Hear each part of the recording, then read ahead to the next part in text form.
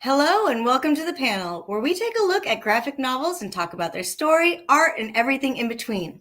It's spooky season, so why not celebrate all things scary, starting with Soichi by the Japanese king of horror manga, Junji Ito. So grab a blanket to hide under if you get a little too scared, and let's jump into dissecting this manga.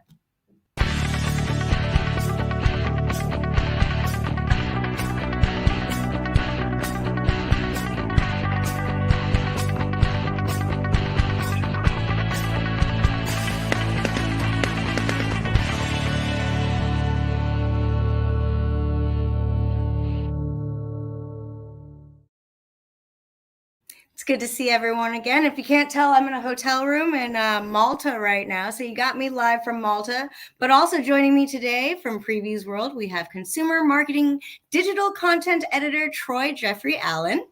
I am a marketing manager now. Thank you very much. Look at you. Okay. That's okay. That's okay. I'll get you for this. I will show you true horror. All right. Well, now I've got that locked in now. And then also joining us, we have the queen of Free Comic Book Day, Ashton Greenwood. What's up, guys? Hey, howdy, hey. I am the Duchess of Free Comic Book Day, but if you wanted to upgrade me to queen, I'm not going to argue. I'm just going to upgrade you, and apparently I downgraded Troy. I don't know. It's been too long, y'all. It's okay. I was about to say, we got the band back together. This is right. Yeah. How's everyone doing? From different parts of the world. Doing okay. Doing good. Yeah. Yeah. Mm-hmm. I'm doing great. I love spooky season, so I've been having a great time. And this book was like the perfect read for this time of year. Mm-hmm. Yeah. This was genuinely creepy. Mm-hmm. Like put me in the mood. Upsetting, I would say.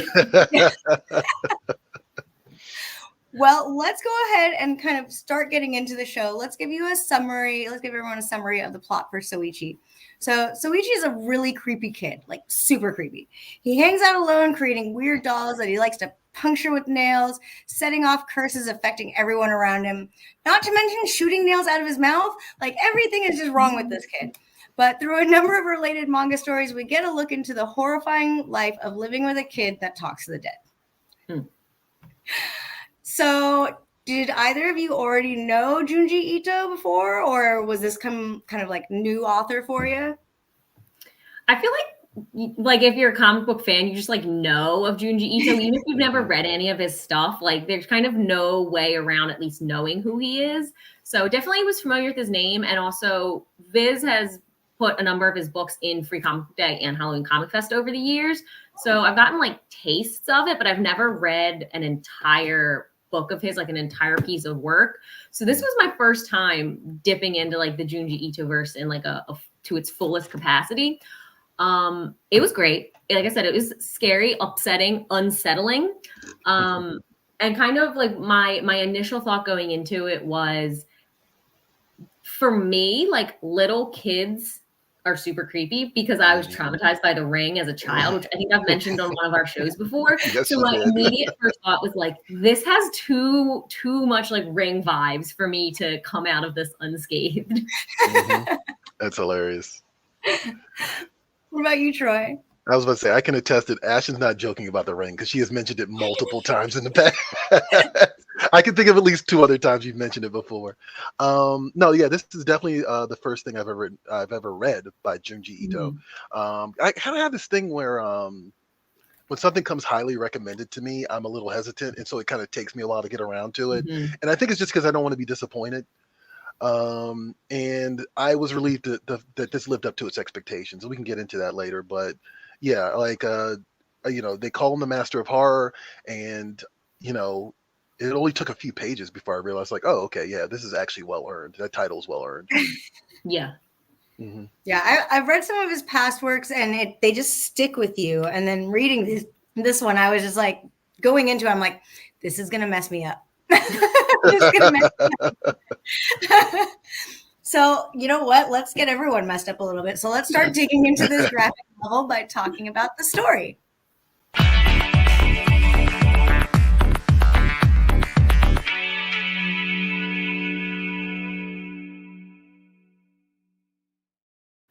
So, for those of you that don't know Junji Ito, he is the writer and the mangaka behind Tomoe, Uzumaki, Geo, and there are so many creepy short stories and short story compilations that he's done where he talks about both cosmic horror and kind of body horror, combining the two concepts in most of his works.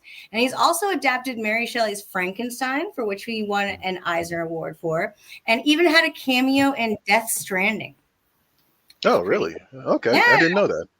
Right next to Kojima. That's kind of crazy. Okay. So, what were your thoughts on this story? Just starting off in the beginning, meeting the characters. What were your thoughts? You want to go first, Ashton? Yeah, sure. So, first things first, like with Soichi, I loved him in like a really creepy, compelling kind of way, because reading this book, not once, the entire time I was reading this, did I accurately predict what he was going to do next. Like, they'd be like, yeah, he's got to do this weird thing. Nope, goes left with it. So I loved him because he always kept you guessing and on your toes. And he did so many things where I was like, literally was like taken aback by it, reading it. And I also really liked Machina for the exact opposite reason, which is like, he could not get under her skin no matter what he did. Like, she was kind of like his counterpart, which I thought was really compelling and really important. Otherwise, he's just like running roughshod over everybody, that he would be the point and she would be the counterpoint. I thought was really interesting and kept me kind of like invested in their story, because she keeps coming back as like a through line character. And one of the last things I want to point out that I thought was super, super interesting was, even though Soichi's a mega weirdo and creepy and doing witchcraft and like causing torment and turmoil for everybody around him, nobody gives up on him, which I thought was interesting. Like, nobody like in his family writes him off. Like, Koichi's just like, yeah, that's my brother. He's a weirdo. His cousins are just like, he's up to his old tricks. And his mom's like, do you want shaved ice? And the teacher's like, I'm going to save you. And like every step of the way, he undermines them, but they're never like, this kid's a lost cause. So I appreciated that like undertone of love, even though there's all these overtones of horror. I didn't think about that. Yeah, I didn't think about that either. Yeah, I like maybe I was like, it might have been just that I was so invested that I couldn't like remove myself from it, be like, okay, there's still hope for this kid. Like, I spent a lot of the time reading this, and forgive my language, but like I spent a lot of time reading, I was like, this kid's like such a little shit. like, like the whole time. But it's really entertaining. I like how low stakes it all seems on the surface about, how personal Soichi like makes everything. And because of that, it raises the stakes. You know what I mean? Because a lot of the stories are kind of like not just self-contained in the narrative, but also self-contained in where like the actual locations, right? So it never seems like epic and larger than life, which is actually nice to get back to after reading probably too many superhero comics lately. But yeah, like he makes everything so personal, and it just kind of makes everything like elevated, and also helps that his targets are other kids. And when you're a kid, everything seems bigger than you, right? Yeah, so that's a being point. Right, so being stalked and manipulated by this little feels so violating, like, you know what I mean? And yeah, I really appreciated that. I thought that was it was an interesting, it's kind of especially I think now, just entertainment event in general. Any entertainment that's not like just a straight drama, like the stakes are so vast, and this was like very laser focused and very personal, and that definitely resonated with me as I was reading it. I was like, this is just terror, like that's all it is. And it's kind of like this playful terror that he's like executing against people, particularly Machina or Machina, or however you say it, sorry. But yeah, like the personal aspect of it really resonated. So yeah, it was definitely like the creepy family kid. Like, what do you do with it? It kept reminding me of The Good Son with Macaulay Culkin. Yes. With the evil kid, and I'm just like, y'all just need to make him go away. See, Ashton's like, oh, they're so nice and they love him. I'm just like, they need to just get rid of this kid. Just like get him out of here. Send him away. Ash is the person who dies first in the horror movie. Yeah, that's what's going on. You know what? It is what it is. that note, what would you do if this was like your brother or sister or your kid? Like, what, Troy? What would you do? Oh, geez. I mean, I don't. I'm not gonna say what I would do.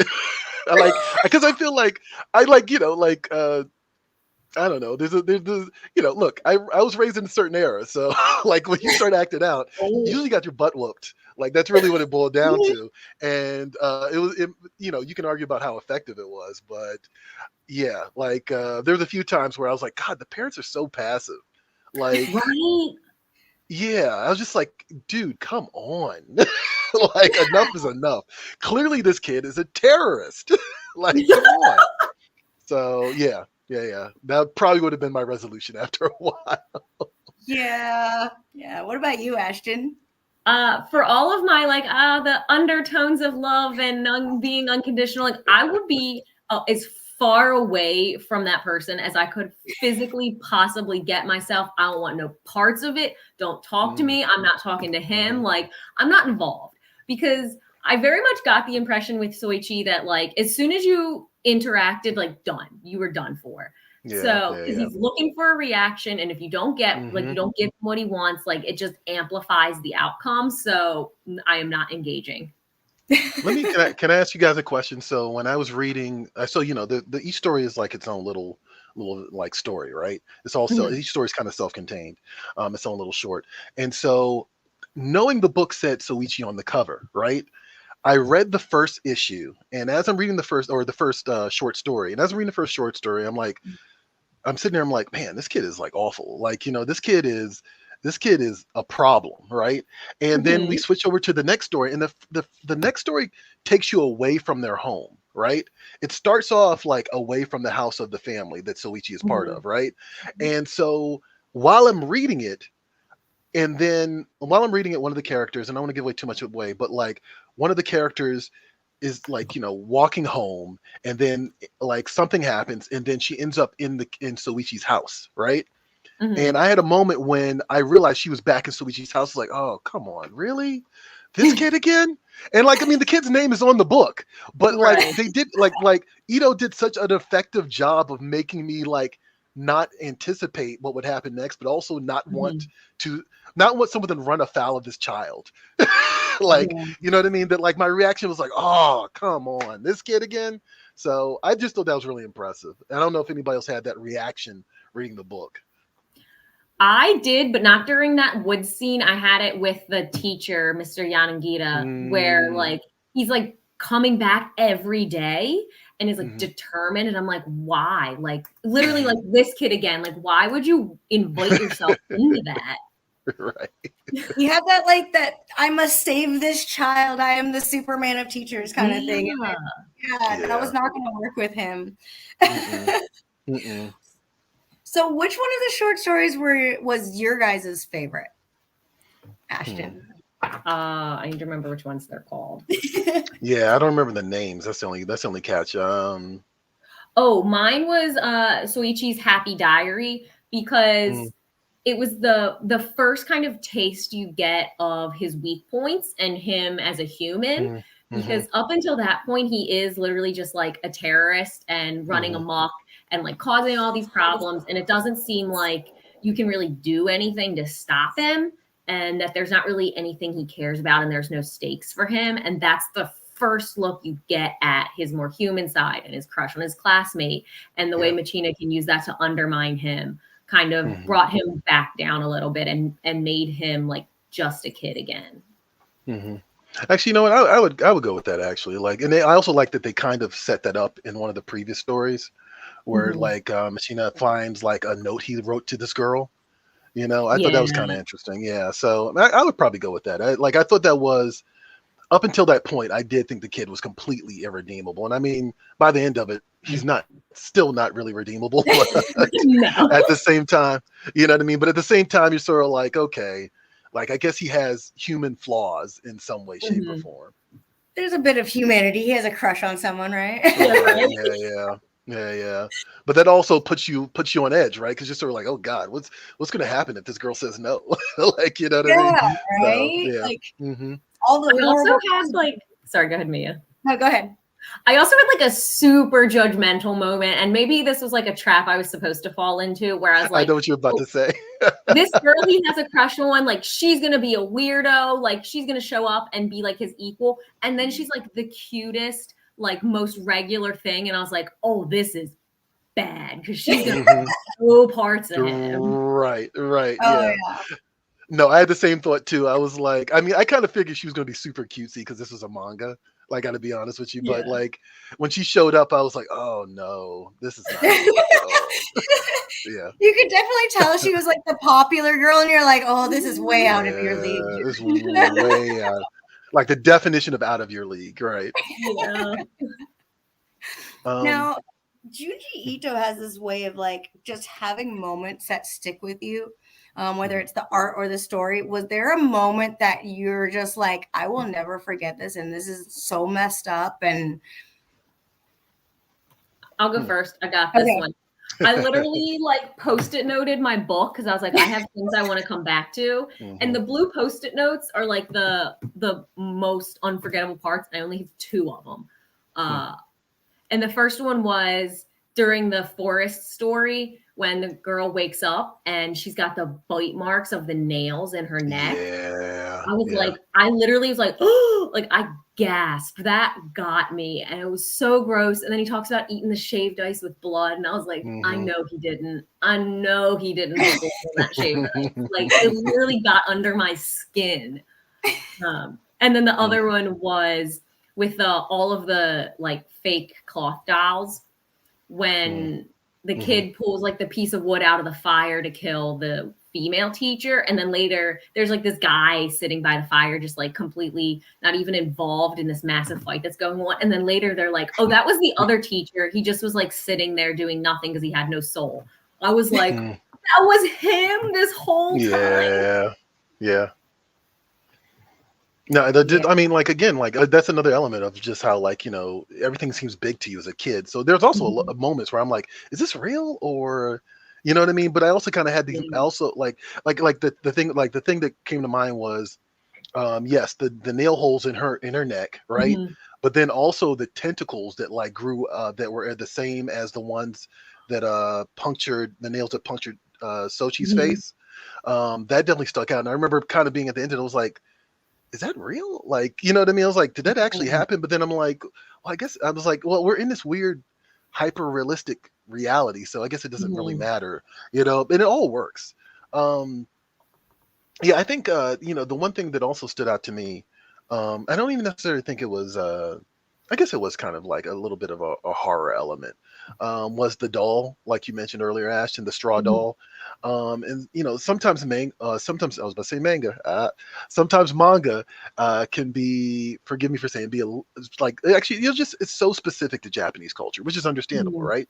But when you're reading that as an outsider, as an American, certain details don't register, right? And it literally takes, and we've done this on the panel a few times where we talked about manga, and someone who knew more about Japanese culture was like, oh no, that's actually a Japanese thing, and that's why. You know what I mean? But the doll thing resonated with me, and I'm not sure a lot of people would pick up on why. I forget the girl's name. Is it Makina? Yeah, it is Makina. Why she was so scared of someone saying that she nailed the doll to the tree. And, like, you know, and it's really because there's shame behind that, right? And culturally, I also kind of got that.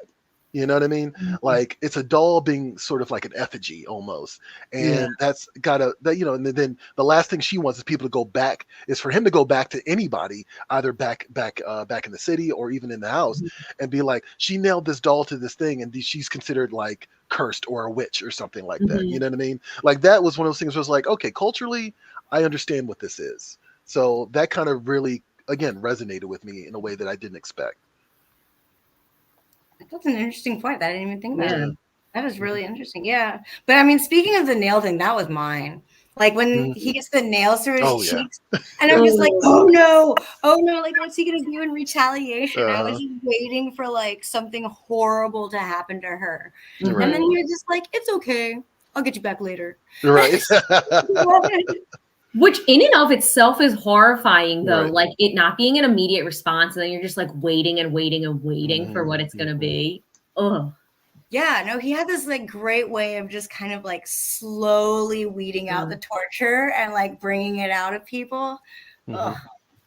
And you know, it's actually great too because like it's kind of the most logical conclusion. Like, okay, this kid's running around with nails in his mouth. Yeah, Like right. at some point you think he would cut himself. So then the very first story is like, oh yeah, he did. Okay. Okay, first off, someone needed to take the nails away from him. Okay, Yes. Right. like, Also. where is he getting these nails? Is he pulling Right. them out of the attic? Right. That's Yeah. another instance of like the family being super complicit too, because they're just like, oh, he sucks on nails. Like that's just a thing he does. Like, what? Like, Right. take them out of his mouth. He's in the 5th grade. Right. Right. Yeah, no, these images that he creates with the story. It's just incredibly creepy. And then when you mix that with like his artistic style, with his like black and white art, it becomes even creepier. So actually, let's kind of transition into that so we can kind of bring the two together, because I think you really need to with him. And let's start talking a little bit about the art as well.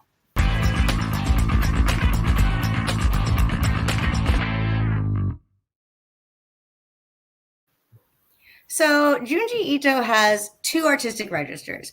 There's kind of like the normal everyday life, and then you have the horrific. And it seems like the juxtaposition of the 2 styles is what gives his work that really unsettling visual power, because it's like bringing really creepy stuff into the real world. And his black and white illustrations have become some of the single most terrifying images that are even horrifying without having any story behind them. So, what were your impressions of this art in correlation with the story, Troy? I mean, no, the art is definitely more my pace. Like because I've never read Junji Ito. That's one of the reasons why I kind of go like, okay, I don't read manga, right? And that's me gatekeeping myself, I think, almost. Although clearly I've recommended manga. There's definitely manga behind me, like, you know what I mean? I have read manga, but I feel like I have barely scratched the surface in terms of what's available. And a lot of times, the artwork is kind of sometimes what kind of makes me step away from it. And I've noticed consistently that the books that have always appealed to me have sort of like a hyper realistic style. And that's what I get from Junji Ito, where it's sort of like, okay, it's reality, but it's not, you know? And I see that in other books, like Ashton, I'm going to mention Prison School for a second. I mentioned Prison, you know, I get that in Prison School. I get that in books like Battle Royale, where it's like, that's like there's a lot of detail and attention paid to the backdrop. So you feel like you're in the real world, right? But there's something about, and even some of the faces too, but there's still something about the faces of these characters, you know, and it's a very manga style, you know, but there's still something about the faces of these characters that just kind of removes you from reality just enough that everything becomes more unpredictable. And like, I find that really fascinating about artists like Junji Ito. And I'm starting to realize that that's a pattern in the type of artwork that I like from manga. What about you, Ashton? I think you make a great point, first of all, Troy, about the faces being real, but at the same time holding their kind of like manga like theme. Anamia, you said the number one thing that I kind of took away from the art, which is the fact that it's in black and white, feels really critical to the story, because it adds, like you said, that extra layer of it being creepy and feeling like inaccessible and otherworldly, because it's not in Technicolor. It doesn't feel like it's our world, and it kind of sets it apart, in addition to having all of the sort of like voodoo and witchcraft undertones of him being a mega weirdo. Yeah, no, I feel like if they had added any kind of color to this, you wouldn't get that same, even if it was like color that correlated with, you know, the feel of the scene. I don't think it would have that same impact that his like black and white, just stark, creepy images that he makes. I also think he did a really good job of capturing the motion specifically of Soichi of two main things: the spitting of the nails, and showing how quickly they're moving. And that literally this panel is what I was thinking of, that they can stick into walls or stick into people's body parts, arms and faces and all of that. So giving you an idea of like the speed, and that made it feel more sinister. And then also all of the running, like, which was something I meant to mention earlier, is like Soichi's whole thing is like, this didn't go the way I wanted to. I'm out of here. Yeah. So true. They did a good job of capturing like all of the different sounds of his like laughter as he leaves the scene and is running away, and all the different sounds of him like clambering to get away. I thought were really accurately captured in the panels as well. It gave you a sense of the dynamicism of the scenes. Yeah. No, I mean, it's like it's playful and deranged at the same time, right? 100% accurate. Like that is the perfect sum up. Yeah. Like it's like he's kind of impish, right? Which is more terrifying for me when like there's like a delight in the horror from the assailant. Like that's the type of stuff that like actually does get me. Like, you know, the Michael Myers and Jason where they're just trotting around and they just like slam somebody in a sleeping bag up against a tree. It's amusing, but like when you see the giddiness in it, it's just sort of like, oh God, like what are we dealing with here? Right. Was there like a particular moment in the artwork where you were just like, this is it, I'm done. This is too much, too scary, too creepy? You know, it's kind of a page turner for me. So I actually kind of felt myself being pulled forward by Ito. Like, you know what I mean? Like with each one, because I'm like, I didn't anticipate like some grand finale, but I sort of was like, well, what else is, where's this going to go? Like, when is this? It was actually, you know, it was more or less, where's this going to go? And like, when is this going to stop? Like, you know what I mean? Like, I am fed up with this in a good way, But yeah, it was just sort of like, this is enough of this kid. Enough of this kid. There was actually a scene for me that wasn't like, it wasn't like super crazy scary or like gory or horror or any of that. And that's actually what made it stick out to me so much. It comes really early on. It's in the first story when Soichi's sitting in the closet and he's talking to Machina and he's explaining to her why he sucks on the nails. And he's just got like one clawed hand coming out of the closet, like reaching towards her. That just was so creepy and got under my skin because it wasn't meant to be scary. Like it was a completely like regular thing. He's just sitting down. He's in the closet, which I'm sure is supposed to have like a creepy undertone. But of all of the things in the book that are meant to be scary, this wasn't one of them. And yet it was still really unsettling for me. And also artistically, he's like, even when he's not in the shot, you feel that he's around. Yeah. You know what I mean? And like, I mean, I guess that's also a story. That's also part of the story. I mean, it's all Ito, like, you know, but like, you definitely have these moments where you know, the other characters are engaging with each other and it's just like, well, where is he? Like, where is he right now? And the other characters also are like, well, what is he doing right now? You know? And then he finally shows up and you're kind of relieved, but you're kind of like, oh no. Like, I know where he is, but like, oh God, he's here. So yeah. For me, Junji Ito always gets me with like the kind of claustrophobic feel that he'll do. So like whether it was him being in the closet or like, I know we didn't have to read till the end, but the quiet room that he created and the spaces in between. There have been others that he did. There was one comic or manga that he did where there's like a cliff wall, and people are finding human shaped cutouts in them, and then they're like, oh, this one matches me, it's for me, and then they walk into the wall, and I'm just like, what is with this claustrophobic stuff? Yeah. But I think he like takes on fears, like with the spiders. Yeah, and to your point about the claustrophobia, he definitely does that in the attic too, when he's turning the first teacher into the doll, and they're up in the attic, and then they come like clambering down head first, and it's just like really tight, and like the way that the panel is drawn, it's literally just enough space for Soichi and the teacher's doll, and it just feels like they're squeezed into that panel as it is. So it absolutely, I didn't even realize that he does play on that claustrophobia, but he does it a lot. Oh yeah. Yeah, like even I feel like. Oh, go ahead. No, I was gonna say, you just made me remember. There's a sequence where I think the brother is trying to chasing the Soichi through the house, but Mhm. even when he kind of falls through and it's interesting because he falls through an opening, and you're kind of like discombobulated. You don't quite, as the character Mhm. is, you don't know where in the house he is at this point, and then he ends up falling into like sludge or mud or something like that. And Mhm. it's kind of the same idea, but it's like in this very narrow corridor. So even when the chase is over, there's still an element of claustrophobia, no matter what. Yeah. Like the walls are still closing in, which is kind of crazy. Yeah, he just has this great way of playing with fears. I think for me, it was also like the things coming out of his cheeks. Hmm. It was very reminiscent. Like, what was that story that we always had like on Goosebumps, where it was like the pimple and then all the like spiders? Yeah, that I one. know, That's what yeah. it reminded me of, and I was like, no, it was so Ew. nasty. Oh my gosh. So were there any spots in this where you just felt like I'm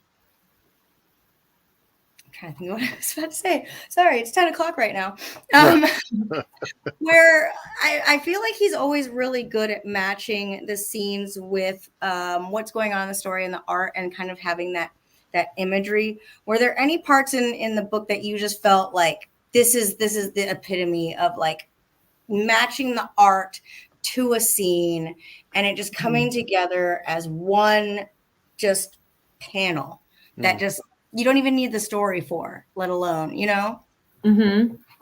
Yeah, so the last story we read, I thought what you just said about like you don't even need the bubbles. The entire like closing scene of like Soichi's running to the school and Yanagita's chasing him to the school, and other teacher is like trying to whip the students, and then the other two students, the ones turning into a doll, and it's all happening concurrently, and it's all speeding towards this like head-on collision of coming to some sort of weird conclusion, because all of these do.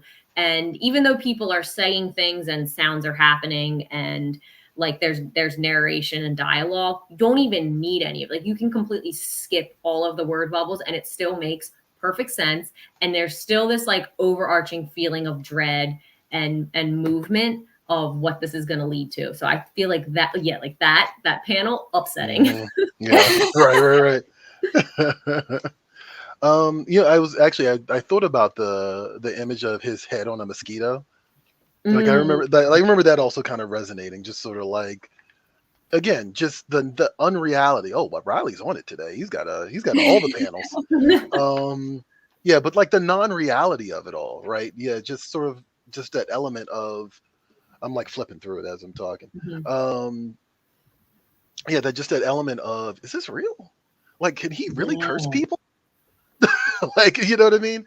Like, is he like is like, he mentions King Tut and Osiris, I think Osiris at one point in time, and it's just sort of like, is he really cursing people? Like, are we into like Plague of Locust territory? Like, what's going on here? So yeah, those visual elements just kind of make all and then every time and I noticed too, when he curses people, like they give some visual representation for the curse that he's referencing, right? So you got the mosquito, but you also got they also actually show, I think it's Osiris.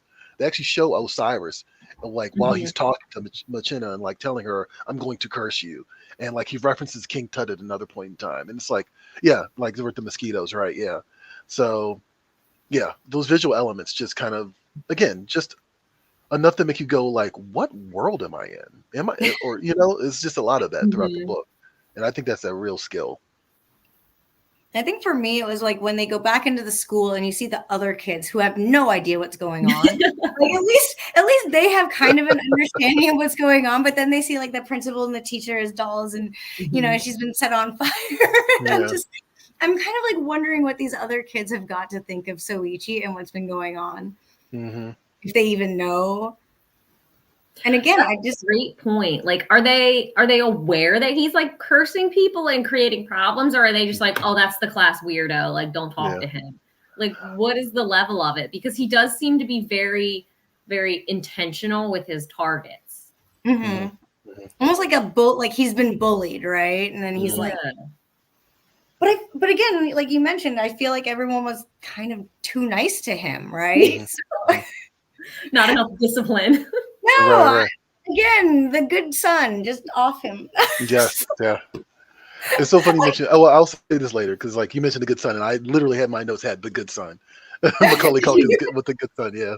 But I mean, that's exactly what it was. It's like every single point, I'm like, okay, why is he still here? Like, what are y'all thinking? Like, You're right. And to that point, like, and I thought about that a lot of times. I was like, I feel like there's a lot of like hard edge solutions for this. Like military school was the first thing that came to mind. And I almost felt like Junji Ito kind of anticipated that people would feel that way about Soichi because then the teacher comes in and tries to do the whole, like, this kid needs more discipline, more regimen, more routine. Like, I'm going to be the one, I'll fix him. He just needs more routine. And then it completely backfires. So it almost felt like an anticipation of the thought process of like, just ship this kid off. There is no saving this kid. Right. I mean, they say no child left behind, but every now and then you gotta leave a kid behind. You gotta leave one behind. I'm just saying. No, that's exactly right. This book was just absolutely terrifying. Overall, what was your guys' final thoughts on this?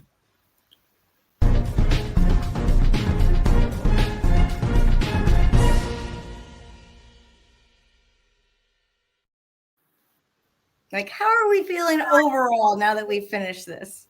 I mean, have you ever read or watched something, and even if it's older and you've never seen it before, or it's new and you're seeing it for the first time like everybody else, but have you ever watched or read something and gone, oh, this is actually iconic, like it actually will have impact or had impact, and that's what this is. Like, I feel like that's what the situation is with Soichi. Like, he's, like you said, like I don't know exactly when the book came out, but like, I can imagine that maybe the good son inadvertently is inspired by this. Like, you know what I mean? I could imagine like Children of the Corn is inadvertently inspired by this. Like, and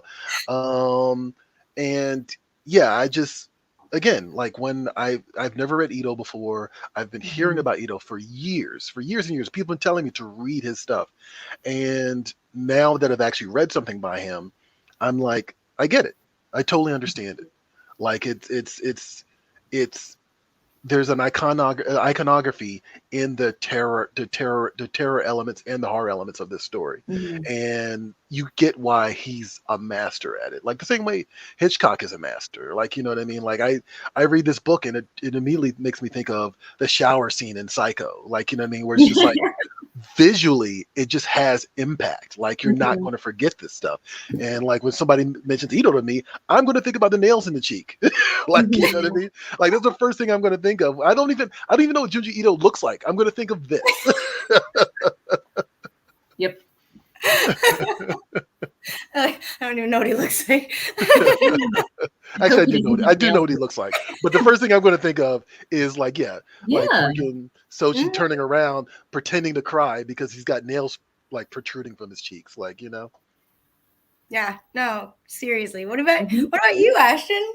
Yeah, I mean, I definitely had kind of a similar reaction to Troy in that, like, honestly, I didn't even need to get to the stopping point. Just like a couple pages in, like the first story, I definitely had that moment of, yeah, I get it. Like, I completely understand why everyone says he's a master and why he's so heavily recommended. And it doesn't even take a lot of pages to realize like how competent he is at his art form, and that he's a virtuoso of this. And I kind of went into it with like trying to figure out like where the shock factor was going to be, because I knew like there was going to be some body horror, but it's also a teen plus rated book, so it wasn't going to be overly gory. So I was kind of trying to anticipate like, how is that horror going to shake out, and how are you going to get that reaction without being overtly gory about it. And he landed that perfectly, and I could not have been happier, because I personally, like, I know you like slashers and stuff, Troy, but I think body horror is kind of a cheap shot. Like, you can scare anybody that way. So for him to get under my skin and to be as unsettling as he was without really going all the way there, Yeah. like makes him incredible, makes him a master, like makes him far and beyond earn every single title he's ever been given. Yeah, it's that like idea of now when we have like horror movies, it's all like hack and slash and blood everywhere, and it's like ultra violent, and yet this was like so subtly violent in a way. Yeah. It just kind of crept up on you a little bit. This was a lot, but it has inspired me to read way more of his works because I can't get enough of this. Like I've never read a comic that actually like almost traumatizes me. But and I don't know why I want more of it. Right.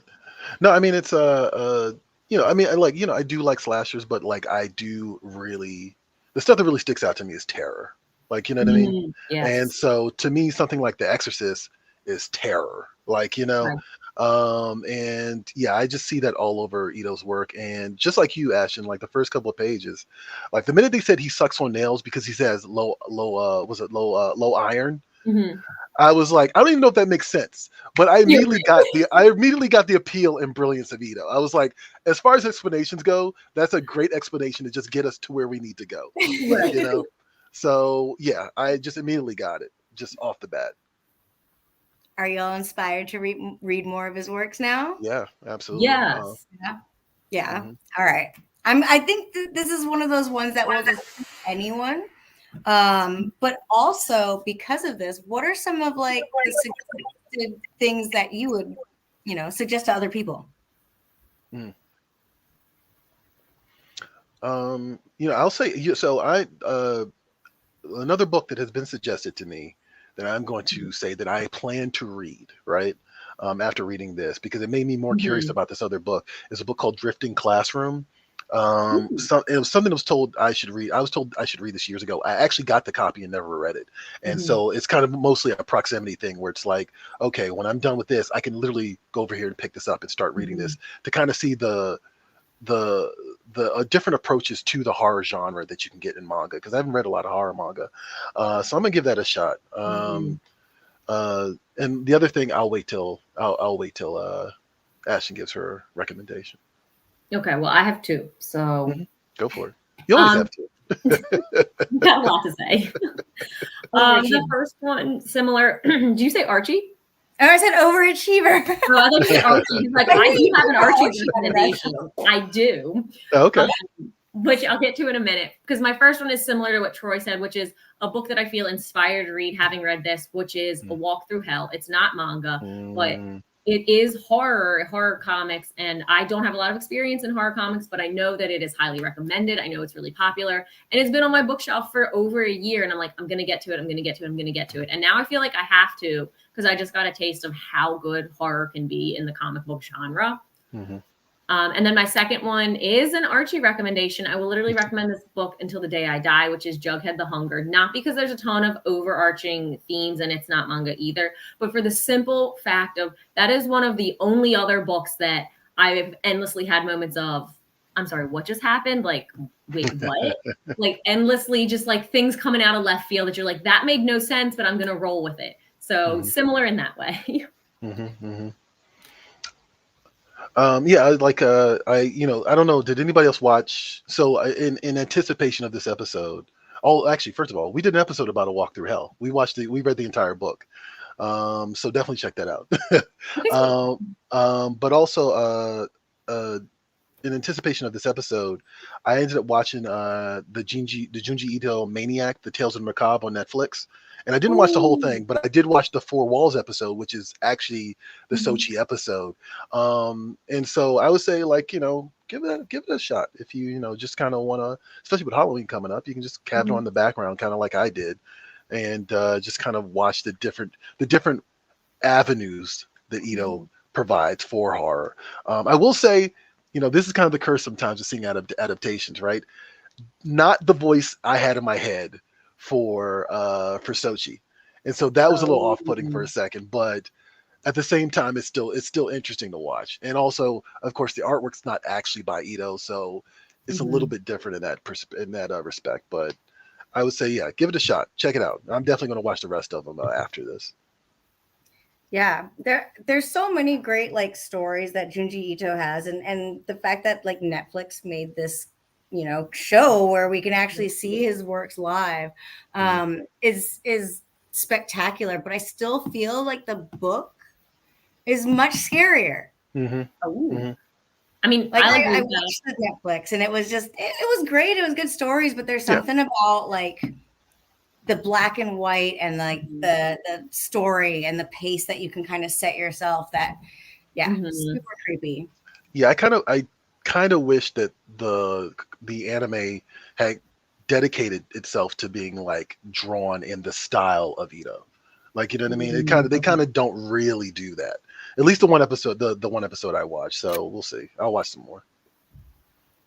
Well, my recommendation will be Uzumaki. It is Ito's book about spirals and the craziness of an obsession of spirals, and that book has permanently freaked me out. If you have claustrophobia, prepare yourself.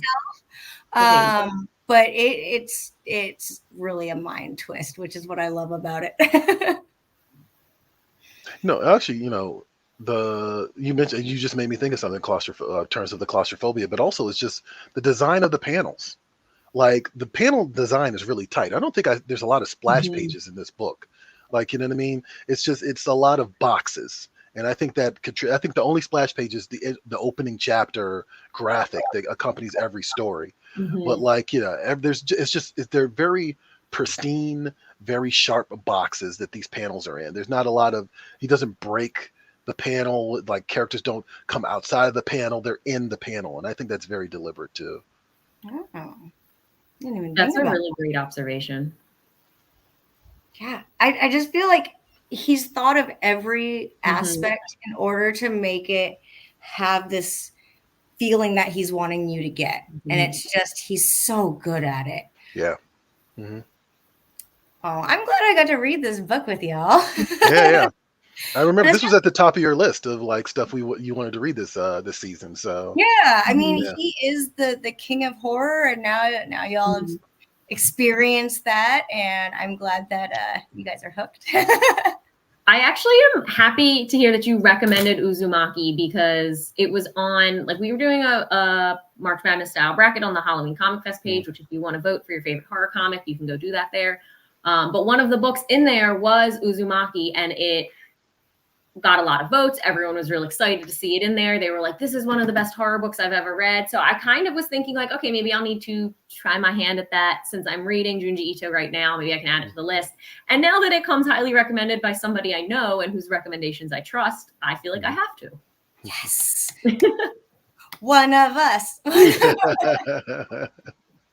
But I just feel like if you like horror, you can't not like Junji Ito's work. It's just like you said, Troy. It's classic. It's like it's meant to be around forever. And so, on that note, I am going to say that this is your reminder to definitely pick up Soichi at your friendly local comic shop.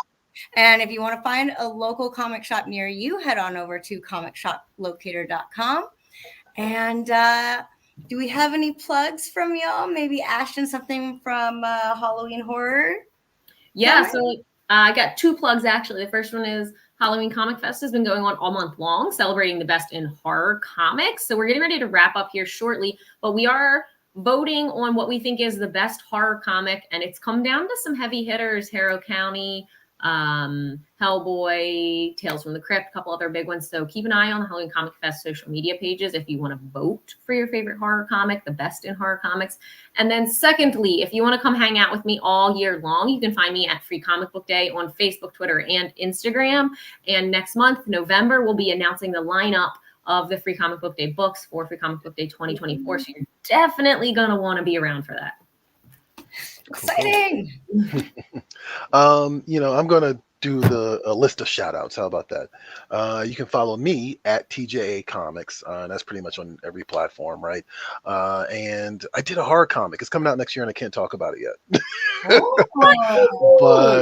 But yeah, keep an eye out for it. It'll be on my website, which is rexco-comics.com. And of course, You can find me over at PREVIEWsworld. My face isn't on at PREVIEWsworld every single week, but chances are you're probably talking to me.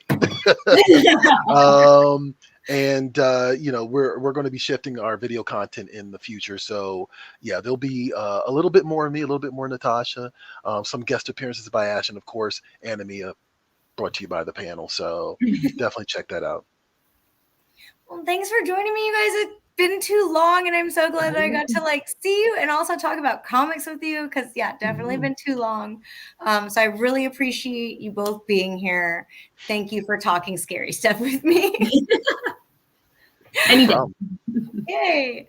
And thank everyone else for watching. I hope that you have gotten a great look at Junji Ito and that you are inspired to read it. If you have a graphic novel that you'd like us to talk about on the show, leave a comment below and your choice could be picked up for a future episode. This is also your reminder to follow us at PREVIEWsworld and Free Comic Book Day on Facebook, Twitter, Instagram, and YouTube, because you don't want to miss anything that's coming up, especially with those Free Comic Book Day announcements. And outside of that, this is my chance to say that heroes are a dime a dozen, but comic fans are priceless. And we'll see you next time.